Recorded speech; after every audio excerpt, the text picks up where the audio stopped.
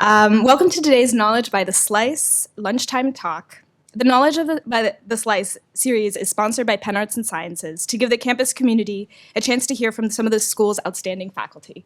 Today, Professor Kristen Ghodsee from Russian and Eastern European Studies has kindly agreed to join us to discuss Sex and Superpower Rivalry, Women's Rights and Cold War Competition at the United Nations, 1968 to 1989.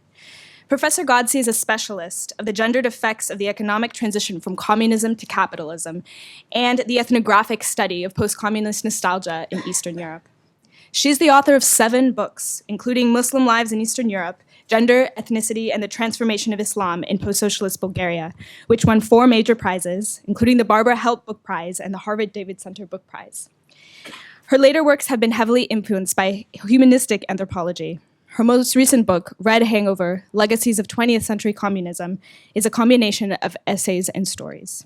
She has also written for publications such as Foreign Affairs, Dissent, Jacobin Magazine, and the New York Times.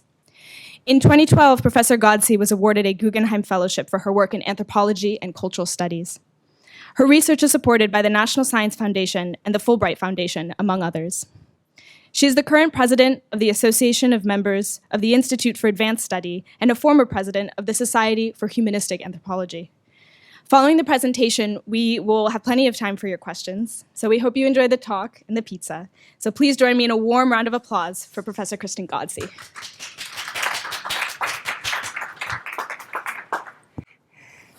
Thank you so much, Mariana, for that introduction.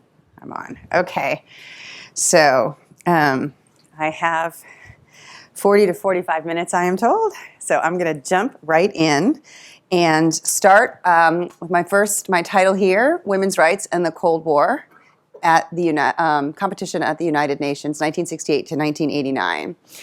And the key question that animates my research is, did Cold War competition over women's rights force the progress of international attention to women's issues? So I'm going to try to make 3 related points in the course of this talk that come out of a much larger book project that I'm working on right now. The first is that contrary to extant scholarship, what I'm calling state feminists had quote-unquote agency, and I'll get into that in a second. I'm also going to argue that state socialist women's organizations affected positive change for women despite the political constraints of state socialism in Eastern Europe.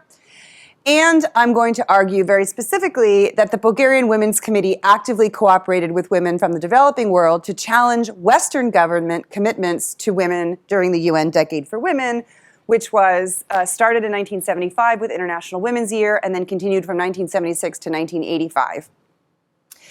So before I start this talk, it is very important that I address the issue of Cold War stereotypes.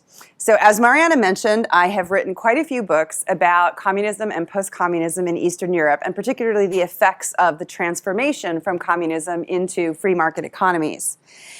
And one of the things that comes up again and again, particularly when I'm talking about Eastern Bloc women or women from the former Soviet Union or former satellite countries, are a particular set of stereotypes that we all share, particularly if you were born and raised in the United States, about East European women. And so I'm going to show you 2 short videos. The first is a 1984 Super Bowl ad that Apple Computer ran, which is, as you will see, based on George Orwell's 1984. And I want you to pay particular attention to the gender representation of the people in the Eastern Bloc. And the second is a Wendy hamburger chain commercial that ran in 1987. So this is the first clip, kind of a back to the past, blast from the past. Today we celebrate the first glorious anniversary of the information purification directives. Created for the first time in all history a garden of pure ideology where each worker may bloom, secure from the pests, obeying contradictory laws. Unification of laws is more powerful a weapon than any fleet or army on earth. We are one people, with one will, one resolve, one cause. Our enemies shall talk themselves to death, and we will rally them with their own confusion. we shall prevail. On January 24th, Apple Computer will introduce Macintosh. And you'll see why 1984 won't be like 1984. Wow. Okay, so what's really interesting about this commercial is it was directed by Ridley Scott of Alien fame. It was also at the height of the Cold War, so this is during the 1984 Soviet boycott of the Los Angeles Olympics. And so this sort of sexy woman for 1984 is supposed to represent the West. And as you could see, the kind of genderless, sexless Soviet population was the people in gray Mao suits with shaved heads. So on the one hand, we have the stereotype of women as completely androgynous. And then there's this second stereotype. Some of you may remember this ad. It was a very popular ad. Pay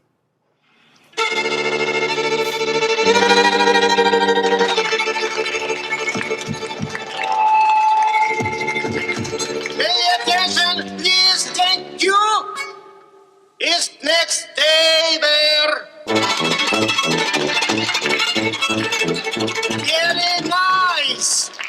Is next evening there? Very nice. Having no choice is no fun. That's why at Wendy's, every hamburger isn't dressed the same. You'll get your choice of fresh toppings, fresh tomatoes, fresh lettuce, fresh onions, cheese, bacon, and more. Having a choice is better than not. Is next swim there?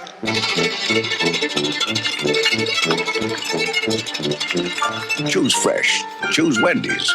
Right? So this was an incredibly effective piece of anti-communist propaganda, actually, even though it was meant to be a hamburger commercial. And again, the two women that you see, the military woman, which I think is actually probably a man, and then the woman on the catwalk, the idea being, of course, that communism or state socialism in Eastern Europe completely uglifies women. And you often see images of East European women in the press as fat and ugly. When Anna Pauker, who was the foreign minister of Romania, was on the cover of Time magazine in 1948, as the most powerful woman alive, Time magazine in its editorial content actually said she was fat and ugly. They actually used those words. So what I'm going to do, and what I'm hoping that you will do with me for the remainder of this talk, is to sort of push back at these stereotypes and actually try to understand what was going on in the Eastern Bloc with women's rights and how that impacted the global conversation around women's issues. So I'm going to start this talk with how I came to the topic, which was through a former mentor of mine, Irene Tinker, who was a professor at Berkeley when I was there in the 1990s. And she had served on INSTRA, which was the United Nations Training Institute for Women, on their board in Santo Domingo. And she told me that when she was at INSTRA, we would get these reports from the Eastern Bloc about how good it was for women there. I just disregarded them as propaganda at the time, but maybe they were true. So she had been at INSTRA in the 80s. The other person who was a colleague of Irene's, and I met on several occasions, was Arvon Fraser, who was an American who served as part of the official U.S. delegations to the women's conferences in Mexico City and in Copenhagen. And what she said was, nobody would have admitted it, and it definitely would not be said by anybody from the U.S. delegation, but it certainly did seem that women had at least more legal equality in the socialist bloc. So again, there has been some recent scholarship that says that the feminist historiography of the UN Decade for Women in particular has been deeply affected by these Cold War stereotypes that I just discussed. And so that Cold War assumptions about communist women continue to influence the writing of Western women's history. So what are these stereotypes? Particularly, they are in relation to the role of state socialist women's organizations, that these were, quote unquote, totalitarian organizations that were not independent of the state and therefore had very little societal influence. This concept, theoretically, is embedded in an idea of something called state feminism. I'm not going to go into a whole lot of detail about this, but you can ask me about it in the question and answer period if you have other questions. But what essentially state feminism means, it was often used to describe gender bureaucracies in the northern European countries of Scandinavia, where you had national machineries to support women's rights. So often there would be a Minister of Women's Affairs or a women's desk within the Ministry of Social Welfare. And it was a descriptive phrase for gender bureaucracy in Scandinavian countries. But you also had a Cold War stereotype, so that West Germans actually used this term as a critical term to refer to the party organizations in East Germany. And so state feminism was sort of a derogatory term used to differentiate top-down efforts at women's organizing versus bottom-up efforts, independent sort of grassroots efforts at women's organizing that were very typical of women's movements in the West. So in 1978, there was a book published in English by an American-trained political scientist, and she argued that the inability of women in communist societies to organize independently clearly hampered female political participation, so that these national women's organizations could not be said to represent women. Another scholar of the East German version of this women's committee argued that the official women's organizations, the only such organizations permitted under state socialist rule were subordinated to and in effect mere executive instruments of government policy. She uses the DFD, this is the German organization, as her example. Now, this idea of state women's organizations being ineffective has been very interestingly challenged in the case of China, where a Chinese historian, Wang Zhang, did a series of articles and has now just done a book talking about the limited intellectual parameters of feminist scholars. And what she writes is the lack of desire or imagination to excavate women's role in the policy-making process in the socialist state may have much to do with a fast-held assumption about the socialist state. It is too centralized and monolithic to have any space for women's intervention. So what she found in her very careful study of the All-Chinese Women's Federation is that Chinese women walked a fine line between advocating women's interest and being named bourgeois feminists for seeming to insist on the primacy of gender issues within the communist state in China. To make a feminist maneuver effective, it was best to do so under the rubric of the party's central work or statist projects, unnoticed by masculinist leaders. And so this is a really key point that I'm going to come back to in a second. But when you're reading documents out of the archives in Eastern Europe, you always have to think about what the documents literally say and read between the lines and understand what was going on politically within the context that these documents were produced. That will make a lot more sense when I get to some magazine articles that were published about women's issues in Bulgaria in a few minutes. But I first want to turn to this question of East-West competition over women's rights. So, as many of you know, in 1957, the USSR launched a satellite called Sputnik, which panicked most of the American population and the American government, who feared that the Soviets were going to beat us at the space race. This was basically just a ball that orbited around and beeped, but it was scary enough at the time. But it led to the 1958 passage of the National Defense Education Act. And many feminist scholars in this country point to the NDEA as a critical moment for the development of women's rights in this country, because this act specifically said that women needed to be targeted for science and math and engineering training and education. Because the reason the Soviets were ahead of us was they had double the brain power, because they were educating their women. In 1961, President John F. Kennedy signed Executive Order 10980, establishing the first President's Commission on the Status of Women. Now, again, a lot of people have pointed to this. Eleanor Roosevelt chaired this commission that came out with a very important report that laid the groundwork for later feminist activism in the United States. But one of the things that's really interesting about the executive order is that Kennedy explicitly uses the language of national security and national defense in order to justify establishing a presidential commission on the status of women. This is an issue of U.S. security, that we educate women, that we use our manpower, women power, more effectively. Now, just around the time, 2 years after Kennedy signed that executive order, this happened.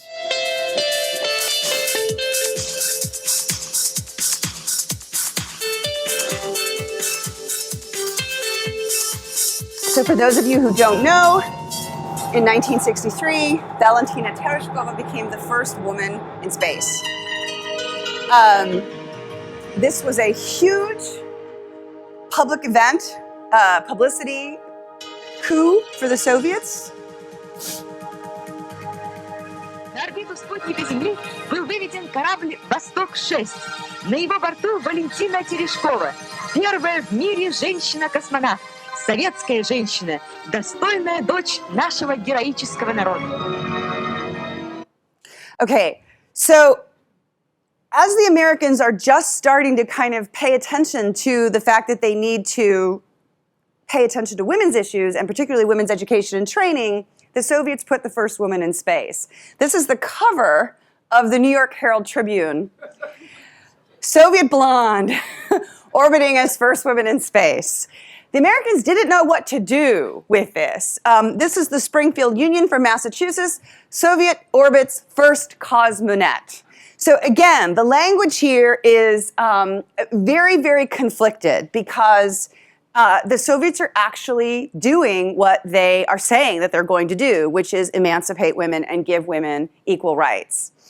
So when this presidential commission submits its report, Eleanor Roosevelt submits this report, President Kennedy goes and gives a speech to talk about the findings. And one of the things that he says in conversation with Eleanor Roosevelt is, I think we ought to look at, as a society, at what our women are doing and the opportunities before them. Other societies, which we don't admire as much as our own, it seems to me, have given this problem their particular attention. So this is October 11th, 1963, and this is also a moment when Betty Friedan publishes The Feminine Mystique, which is largely believed to be a kind of watershed moment in the history of the development of American feminism. So now I'm going to jump across the Atlantic, and I'm going to take you to Bulgaria, where I did archival research and oral history research on the committee of the Bulgarian women's movement, and ask a couple of quick questions about what was going on with women's activism in Bulgaria, which was a very close ally of the Soviet Union. So this is based on, again, oral histories, archival research, and discourse analysis of documents that were generated from this committee between 1960 and 1990. And my two key questions were, are they independent, or were they effective? So the first thing that I found was that this women's committee actually had independent finances. They did not take money from the state budget. And the reason that they had this money was because of the subscription to this magazine, Janaka, which was widespread. It had a huge circulation, and there was growing demand for this magazine. And with the revenue generated from the subscription cost to this magazine, the committee was able to do its own sorts of programs independently of the Fatherland Front, which was its sort of host organization, and the Bulgarian state. The other thing that I found, which was really interesting, was that this Bulgarian Women's Committee actually conducted sociological surveys to try to understand what was happening with actual women's lives on the ground. So in 1969, they reached out to 16,000 Bulgarian women to ask them about everything that you could possibly imagine on their daily lives. How often they go to the cinema, how long they spend on housework, how many kids they have, how many kids they want, et cetera, et cetera, et cetera. Now, the 1960s also brought with it, this was not only in Eastern Europe, but also in Western Europe, worrisome demographic declines. And this committee of the Bulgarian women's movement was reorganized in 1968 with the specific task of improving the condition of Bulgarian women in order so that they could have this thing that we're still fighting for in the United States, work-family balance. So most women in Bulgaria were completely integrated into the workforce, and they were also mothers. And so one of the things that they found when they did this survey was that 8% of children under the age of 7 stayed home alone while their mothers were working. There was an incredible lack. Only 22.8% of children had access to a kindergarten or a creche while their mothers were away and their fathers were away at work. What they also found was that women actually in Bulgaria wanted to have more children.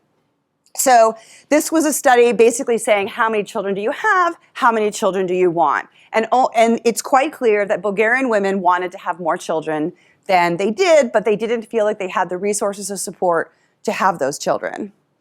They also did very detailed time budgets to figure out how much women were working when you combined their work in formal employment with their work in the home and commuting.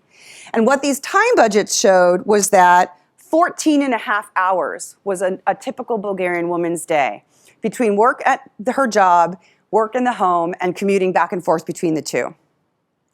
And the Women's Committee asked, and what about these things that we say we are supposed to be giving our citizens?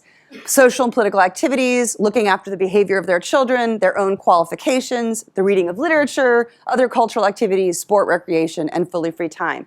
Women don't have that. It's not a surprise that they're not having children because they're completely exhausted, right? So now the Women's Committee has a problem because they have a finding which goes against what the government wants. And they need to actually discuss this in a closed, one-party society, state society, right? There is no civil society in Bulgaria at this time. So what do? They go to Janaka, which is this women's magazine, and they write an article. Should we have a third child in the family? This is an article that's actually going to say that the reason women aren't having children is that the government isn't supporting them enough in their roles as workers and mothers. The censors are not going to like this article. So what do? You can't see this very well, but this right up here is a quote from Vladimir Lenin. And what it says is the best way to celebrate the anniversary of a great revolution is to concentrate attention on its unsolved problems. So here's where that Wang Zhang article comes in handy. Because what's going on here is that the Women's Committee is printing an article that is critical of the communist government and the Communist Party's policies, but they're doing it under the cover of Vladimir Lenin. So the censor is going to see the Lenin quote, it's going to look at the title and the subtitle, not really pay much attention to the substance of the article, and is going to pass it through. And in fact, one of the things that I was very privileged to do when I was doing this research was to sit with a journalist who was on the editorial committee of Janaka and go through back issues. And she pointed to every single article that the censors gave them trouble with and how they managed to negotiate around the censors in order to promote women's issues. Now, on the standard totalitarian thesis, this should not be able to happen in a communist country. But it was happening. And it's very clear that it was happening because there were results. One of those results was this Politburo decision from 1973, enhancing the role of women in the building of a developed socialist society. This was an incredibly progressive piece of legislation that the Women's Committee fought very hard for, and that the Politburo was not initially very keen on. But what becomes clear from looking at the minutes of the Politburo meetings, as well as interviewing participants, is that there was an argument and that the Women's Committee won the day. And what that means is that they got extended maternity leaves, more money from the state budget to subsidize childcare, to build more kindergartens and creches, child allowances for families, more socialization of housework, better family division of labor, to re-educate men in order to help around the house, I'll talk about that more in a second, and to protect women's rights to abortion. So this is a 1968, sorry, my note here, 1968 spread from Janaka on fathers. And this is basically the Women's Committee saying that, hey, all children have fathers, And in a developed socialist society, fathers should be involved in the rearing of their children. Doesn't sound like such a crazy idea to us in 2018, but it was a really crazy idea in 1968, right? And so you have these images of fathers paying attention to their children, taking them to the kindergarten and so on and so forth. Also, in this Politburo decision, there's explicit language. The reduction and alleviation of women's household work depends greatly on the common participation of the two spouses in the organization of family life. It is therefore imperative to combat outdated views, habits, and attitudes as regard the allocation of work within the family, and also to prepare young men for the performance of household duties from childhood and adolescence, both by the school and society and by the family. This is actually a 1987 cover of Janaka Dnes, where you could see a young Bulgarian man walking down the street with his baby. Something that, you probably didn't actually see very often, but they were obviously trying to encourage. The committee in 1978 did very, very detailed studies. You can see here that the percentage of women entering the labor force, this is a labor force rate from 1961, it was 41.2%. It increases to 78.3% of women in the labor force. And they're also paying a lot of attention to the distribution of housework between men and women. And they're very, very cognizant of the fact that it's still uneven, even though they've passed all of these progressive laws. And so what do? They go back to the pages of Janaka Dnes and they start writing articles about men helping out around the house. So this is a man boiling laundry. This is my absolute favorite picture. Look at this guy. The baby, and there's the ashtray with the cigarettes, right?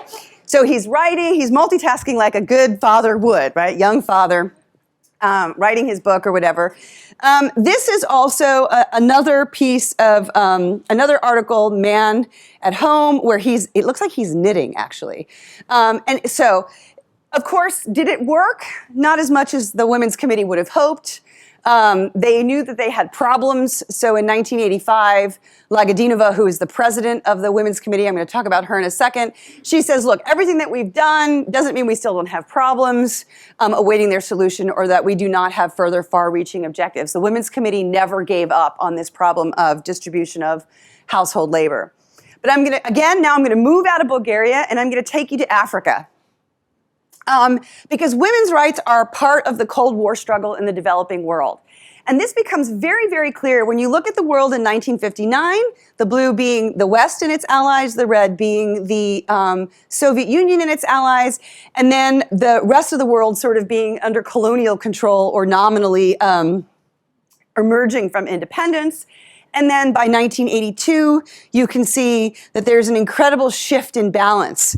A lot more of the world is starting to turn red and pink. And so the Cold War was fought in the developing world, in these proxy wars, in some of them very explicit, as in the case of Vietnam, but many soft conflicts were going on. And some of these conflicts were around soft issues like women's rights. And so what you can see, again, this is Janaka Dnes from the 60s, was that solidarity between the women of the Eastern Bloc and the women of the developing world was an incredibly important issue for women in these international committees. There were many, many exchanges that were organized in the 60s between women from Africa, Asia, and Latin America and the countries of the Eastern Bloc, and then after 59 in Cuba as well. So that there was the sense that you could build solidarity as these developing world countries were emerging from colonialism, they were becoming independent. There was a desire on the part of these countries to have a rapid path towards modernization and industrialization, and the Soviets held out the promise of rapid industrialization through centralized planning. So this part of the project took me first to Amsterdam, where I worked in the International Institute for Social History, looking at the history of African feminisms, but particularly socialist African feminisms. And then eventually I ended up in Zambia at the National Archives in 2013, where I found this. I did my best to try to sort out the extent to which the Zambian Women's League, which was called the UNIP Women's League, was in contact with Eastern Bloc women's organizations, and I actually found extensive evidence of bilateral aid between the Eastern Bloc countries and Zambia, and very specifically between the women's committees. I also had the opportunity to interview progressive African women who had spent time in the Eastern Bloc, either for political education or training, which I'm going to talk about in a second, or for various sorts of high-level political and diplomatic exchanges that were done around the UN Decade for Women. As I said, this is between 1975 and 1985. So the key thing that the Eastern Bloc women wanted to achieve in the UN Decade was that women's struggles should not be separated out from larger political struggles. This is an issue that has haunted women's movements since the beginning, right? Whether women should focus specifically on their issues or whether they should form broader coalitions with larger groups, including men, in order to create a more just and equitable and sustainable world. This was very much an issue of Eastern Bloc women's organizations, and this was much of what they did in terms of organizing with women from the developing world. And this first starts to appear at the First World Congress on Women in Mexico City in 1975. Now, the US initially opposed the UN conference for International Women's Year. In fact, Cold War rivalry is responsible for this conference because the Soviet bloc was going to have a conference in East Berlin, and American feminists weren't going to be able to travel to East Berlin for this conference, and so they went to the State Department and demanded that the US support a separate UN conference. This is Mildred Persinger, who was in charge of organizing the Parallel NGO Forum, and she said after they said that the Soviets were having their own socialist conference, suddenly the prospects for a UN Women's Year conference improved. It was a miracle. And here is Arvon Fraser writing in her autobiography. She says, "Nations have egos," and American feminists played on that. Very, very clear that the feminists in the US were using the threat of Soviet women's activism to nudge their own male politicians to pay attention to women's issues. So what happens in 1975? Tereshkova leads the Soviet delegation. From Bulgaria, you have Helena Lagodinova, who is the head of the CBWM, this committee that I've been talking about. She is flanked by Svetla Daskalova, who is the Minister of Justice and a quite well-known lawyer, and Ludmila Zhivkova, who at the time was the Minister of Culture. Who did the United States send? Well, Betty Ford really wanted to go, but she wasn't allowed. Instead, the US delegation was going to be headed by Daniel Parker, who was at the time the head of USAID. And a bunch of American feminists thought it was unconscionable that the Americans would send a delegation to the women's conference headed by a man. So at the very last minute, they added Patricia Hutar to be a co-head.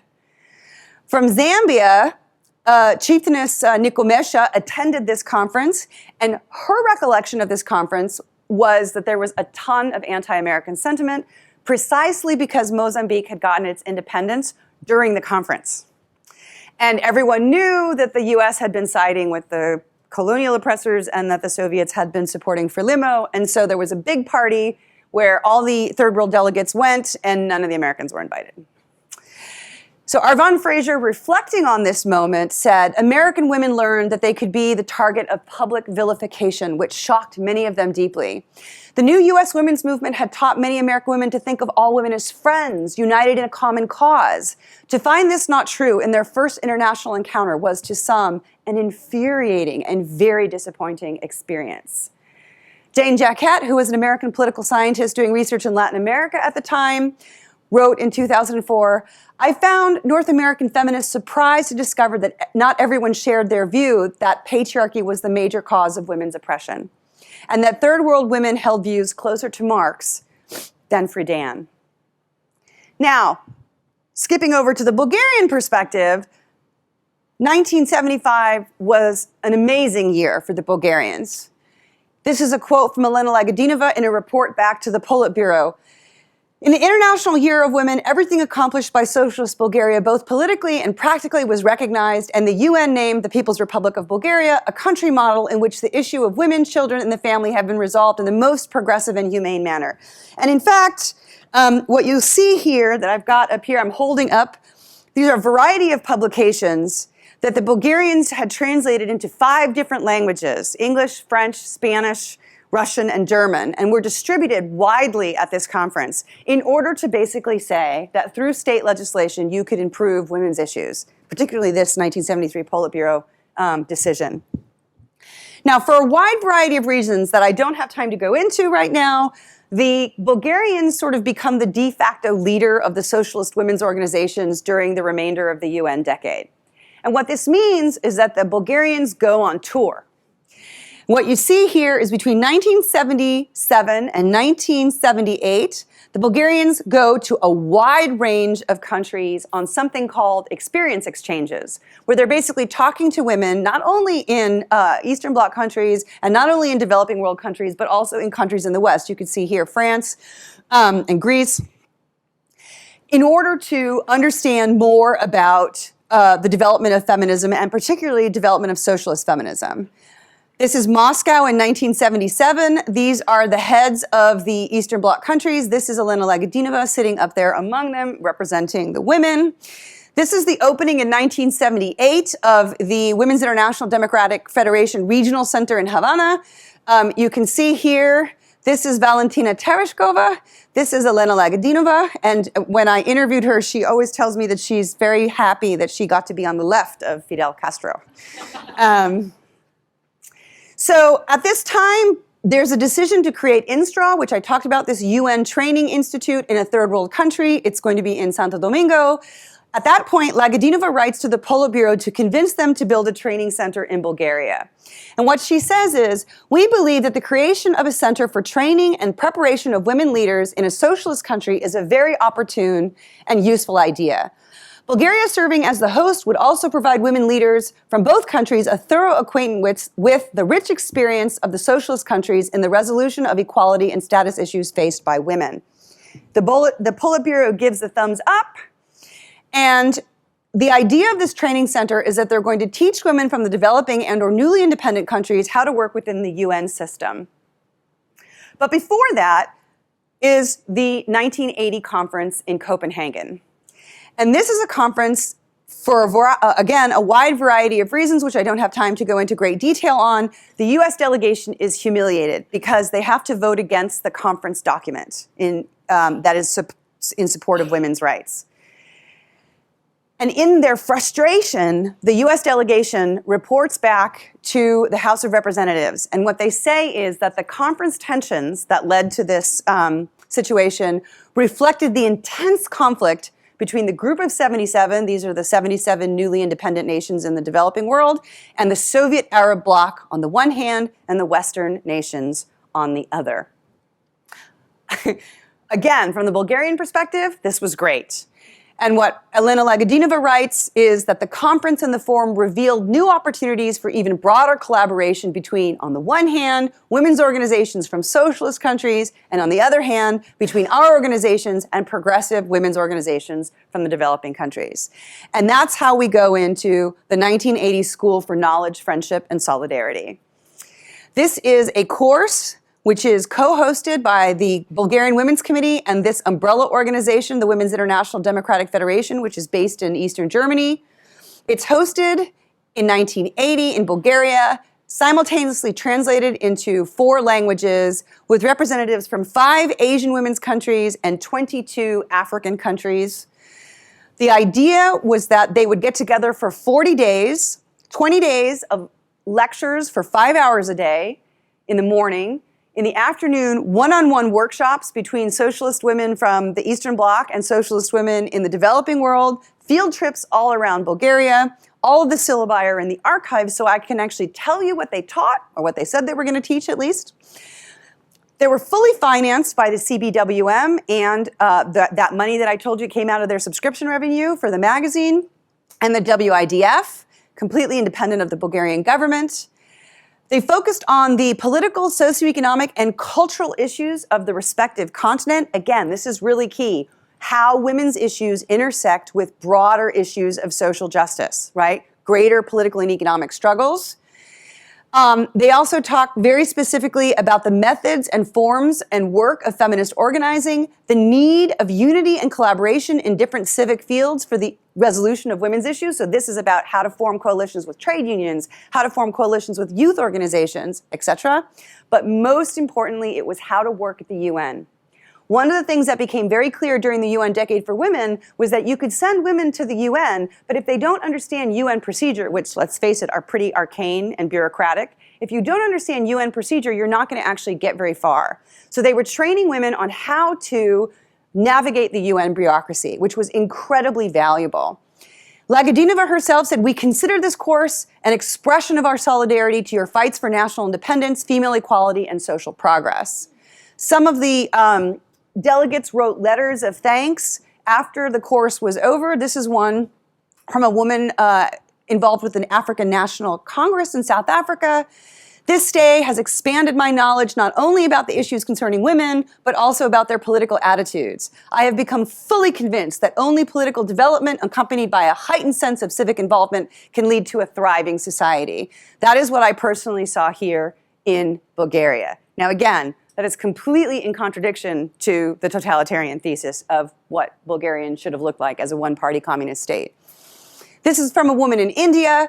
"Bulgarian women have been through a lot, but they have accomplished their goal. They have won equality and respect. They are not only progressive for themselves, but are also helping others struggling to become progressive." This is another one of those really wonderful pictures because there's a lot of Coca-Cola on the table. There's also a lot of wine on that table, right? And so what you have are essentially like these big meetings of women from all over the world sitting around together and socializing and talking about women's problems and the larger socioeconomic problems that they face. This course gets repeated in 1982, specifically for African women's organizations. In 1984, the Bulgarians host something called the School for Peace, where they actually invite Western women from not only Western Europe, but also the United States who come to Bulgaria. Most of these are obviously lefty women who are going to go to the Eastern Bloc at this period of time. And that again is held in 1985, right as a precursor to the Third World Conference on Women, which is in Nairobi in 1985.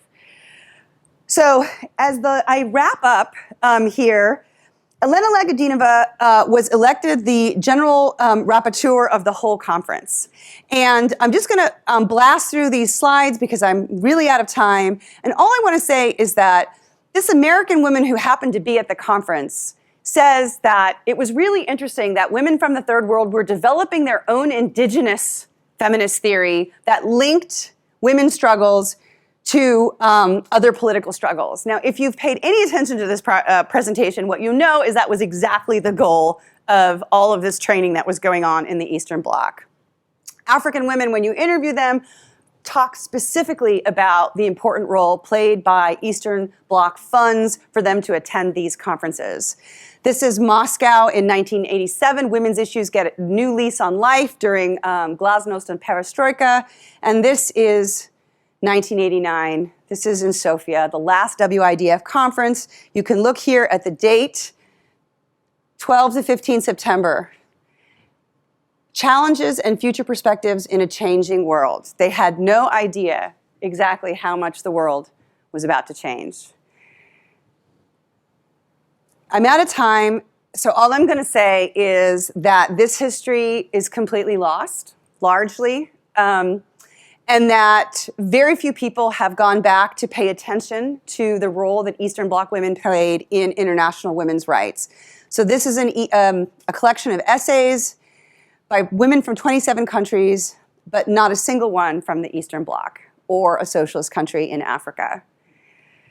Devaki Jain is the only person, she's an Indian economist, who has talked about the important role played by Eastern Bloc, particularly in supporting the women from the developing world, and that the fading out of the Cold War has led to a reduction and dimming of this space.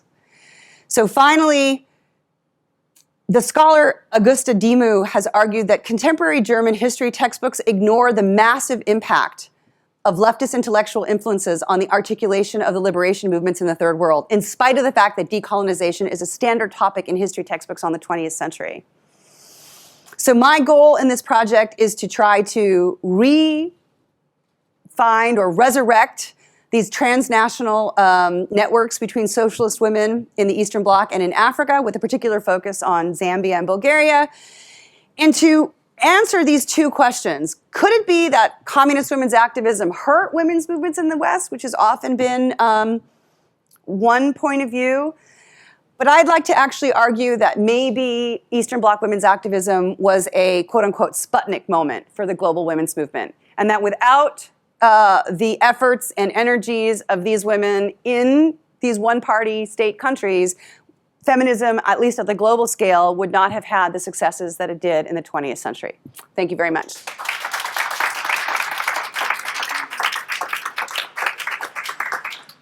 Oh, you need to get a microphone. Sorry. That was just so interesting. And so I teach courses on international human rights, and it's stunning how absent your narrative is from the international human rights literature. So thank you for that. What struck me about your talk is the time frame you're talking about was also the time frame that CEDAW, the Convention on the Elimination Against Discrimination Against Women, was adopted, and you didn't mention that or international human rights at all. So where was that? That's absolutely 100%. So if you go and you look at the text of CEDAW, so much of that text reflects Eastern Bloc priorities. And Franziska Dehaan, who I mentioned, the one who writes about Cold War women's stereotypes about Cold War women, she actually argues that without the Eastern Bloc, there would be no CEDAW. So human rights, I think, is another narrative that's happening, right? And there's a fight between East and West about what the West calls political rights, human rights, versus, as I'm sure you know, social and economic rights. And the human rights dialogue is in a slightly different register. But CEDAW is absolutely a part of this story, as are things like Title IX. In the United States, the reason that women got equity in athletics was because the U.S. was getting clobbered at the Olympics because the Soviets had better female athletes than we did. So if you look at histories of Title IX is also a result of the Cold War, something that almost no female athlete on this campus knows today. Yes. Oh, but you have to get it's right here. Yeah. You didn't call it out, but there was, to me at least, a subtext that perhaps women in why did the southern countries flip to pink, and that maybe the women were feeling close to the Eastern Bloc, and maybe there was some pillow whispering or something, that the Eastern Bloc is more favorable to our overall development. Do you think that's true? And if so, we're on a bad tack now, the U.S., by cutting off all support of women's health and every sort of child planning is, if we cut off support for all the women in the third world, isn't it going to be the end of us and flip people the other way? Appreciate your comments. I think that there's an important aspect of, if you look again at histories of Vietnam, one of the things that was really shocking to the Americans were the number of Vietnamese women who were fighting in Vietnam. In Africa, there were a lot of guerrilla girls, right? So there was a sense that these leftist movements were far more open to women's equality and women's issues as part of these larger struggles for decolonization, national independence, and economic development on a more planned path. So yes, I do think that if you ignore women's issues or you antagonize women are very silent. They're as we know, they're always behind the scenes, but they're there. And I do think that we ignore women's issues in the developing world in the contemporary moment at our own risk from a foreign policy and political perspective. Yes, Mariana. Yes. A number of years ago, I spent a month in Poland, and I was struck by the number of women who were physicians, and the Poles were very proud of that. And since that time, when I've read about books on medicine in communist countries, I've been struck again by the fact there's so many female physicians, many of them in high positions. I wonder if you could comment about that. Absolutely. So my first book, The Red Riviera, actually deals very much with communist policies towards women's labor. So for a variety of interesting reasons having to do with the planned economy, women were shuttled into white-collar industries in the Eastern Bloc. So this meant banking, the judiciary, medicine, academia, and engineering, and to a certain extent, technology and engineering. So just a few days ago in the Financial Times, I think it was on March 9th, right after International Women's Day, there was a big expose on women in engineering in the Eastern Bloc. And of the top 10 European countries with the largest percentage of women working in the tech sector, 8 of them were Eastern European, former communist countries. So men tended to go into mining and construction and physical labor jobs, which were paid more highly under communism because they were hard physical labor. And women tended to go into what was considered easier work, like medicine and law and banking, and academia. And so the legacies of this that you see very clearly today is that in countries from Poland to Yugoslavia, medicine, the judiciary, academia, they're very highly feminized. Technology, I mean, these countries have an incredible number of female engineers. So one of the most interesting things is when people like to make these sort of arguments that women just aren't good at math and engineering and that's why they don't go into those sectors. Just look at the Eastern Bloc. That's your case study. It's not true in a cultural situation where women had access to education and there was less discrimination against them in those fields. Sorry, Mariana, yeah. I was wondering how the issue of post-coloniality played into these dialogues between Bulgarian and African women's groups, because I know that many Bulgarians view themselves as having been colonially subjugated by Ottomans, and I was just wondering if you could comment on that issue. Absolutely, that's a great point, and this is one of the things that happens when you have to rush through your presentation, right? So this is why the Soviets let the Bulgarians head up the socialist women's organizations during International Women's Year. Because there were accusations by both the Chinese and the Albanians that the Soviets themselves were an imperial power, which, let's face it, was fairly accurate. So when it came to women's issues, they delegated it to the Bulgarians. And one of the things that I see consistently in the Bulgarian publications that were sent to the developing world is we were a colonial country too. We were under Ottoman domination for 500 years, and socialism and alliance with the Soviet Union helped us develop. And now we have this great economy. If you follow that path, you will have this too. So it was a one-to-one correlation, and it was strategically done in trade negotiations with the Global South, with women's issues, with human rights issues, with all sorts of issues where the Soviets were trying to have a moral high ground. Countries, especially like Bulgaria, but also there's also this thing called the non-aligned movement, which I didn't talk much about, which the Yugoslavs were involved in. But they were also very closely associated with the Eastern Bloc. And again, this idea that socialism is a path to development and the best way to kind of throw off the shackles of colonialism. Hi, thank you so much for this wonderful talk. You mentioned the clashes that are happening among women, which reminded me a lot of Jocelyn Alcott's recent book on the 1975 UN Women's Year. And one thing a lot of these clashes around Betty Friedan especially. Yes. And one of the things she highlights really beautifully in that book is the clashes between leftist women coming from Latin America, Bolivia, Mexico, and US feminists, and these clashes over sexual politics.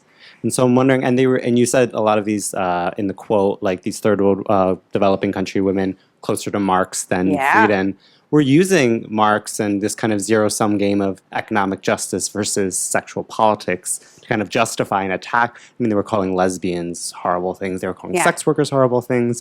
So I'm wondering what was the discourses happening in Bulgaria, the Eastern Bloc, possibly at the Berlin conference, which doesn't get much attention either. So what was happening around sexuality there? Yeah, absolutely. So a colleague of mine, Celia Donnert, has written a wonderful article on the Berlin conference in 1975, which happens in October after the July conference in Mexico City. And again, the Germans, the Stasi, were incredible record keepers. So we have really good records on what happened at that conference. And one of the things that happened in Berlin was that there was a group of about 17 or 18, mostly American, a few Canadian lesbians who wanted to talk about sexuality because it hadn't been on the official program for the conference. And the Stasi was very concerned about what to do with these lesbians. So in the end, they said, okay, well, let's just let them do because they didn't want a publicity incident. So the lesbians showed up with a bunch of pamphlets passed out information about lesbianism and sexual politics, and said that they were going to have like a pop-up meeting, and like in a hallway basically, and the Stasi watched them very carefully, and nobody came. So they just sort of dispersed, and there was a lot of anxiety about that. I think because obviously this was an important issue, but it was really hard to convince in 1975 countries emerging from colonialism and dealing with neo-imperialism that like sexual rights was as important as apartheid or the overthrow of Allende in Chile, right?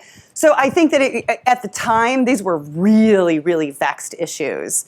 And that becomes very clear in 1980 as well in Copenhagen. Yes, right here.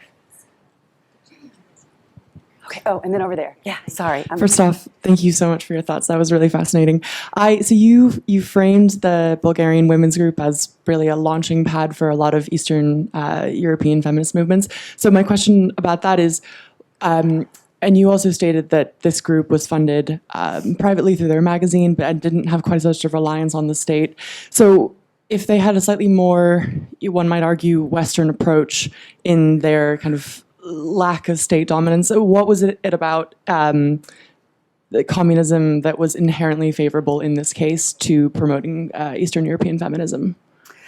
Okay, so that's a really great question that needs another really long answer, just because it's complicated. But I think that the thing that's unique about the Bulgarian Women's Committee is that they were uniquely empowered by Todor Zhivkov, who was the ruler of Bulgaria for 35 years, to deal with domestic women's issues. And he gave them a pretty wide berth to do what they needed to do.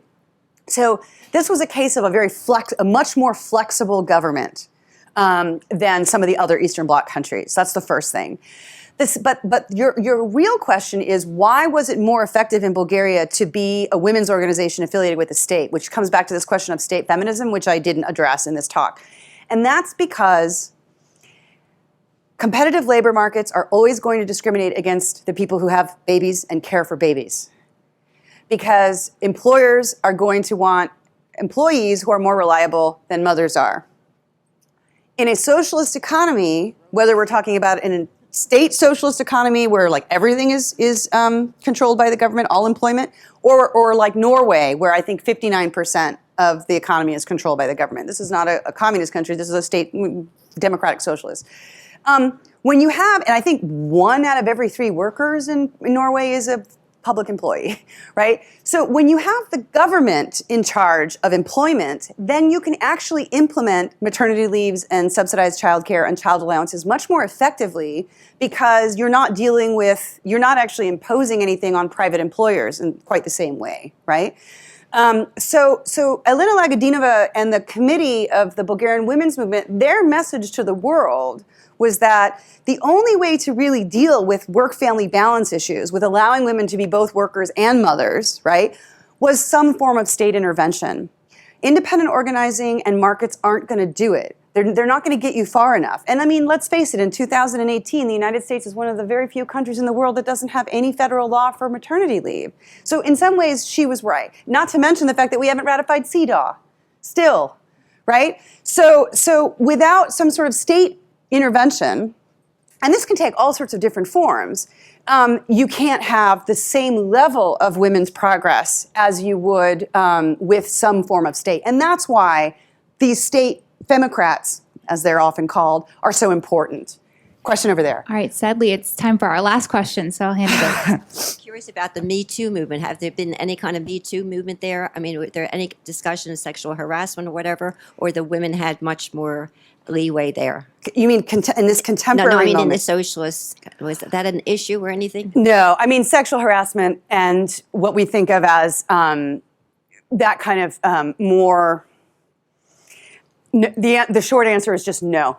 It wasn't really discussed, and it's because I remember talking to feminists about sexual harassment laws in the 90s, and one of the things that Western feminists were trying to implement in Eastern Europe in the 90s was that you shouldn't date at work, right? Because that leads to sexual harassment. Like, it's not a good idea for you to have sexual relations with your colleagues. And the Bulgarian women that I talked to were like, but that's where we meet our husbands. Like, why would we want that? Like, that's what's fun about going to work, right?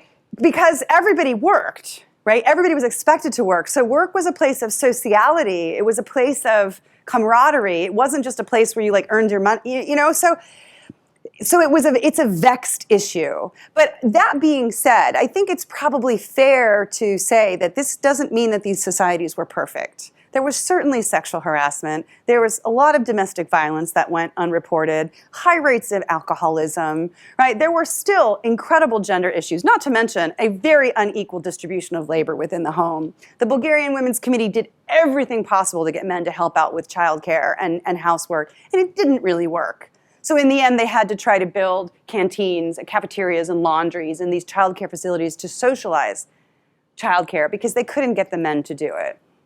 And so patriarchal traditions, particularly in these countries which were not so long ago very rural agricultural cultures, they die really hard. And in fact, what we see in places like Poland and Hungary right now is there's this incredible resurgence of nationalism and kind of a masculine patriarchal identity, which is very much about putting women back in the home and putting women back in the kitchen.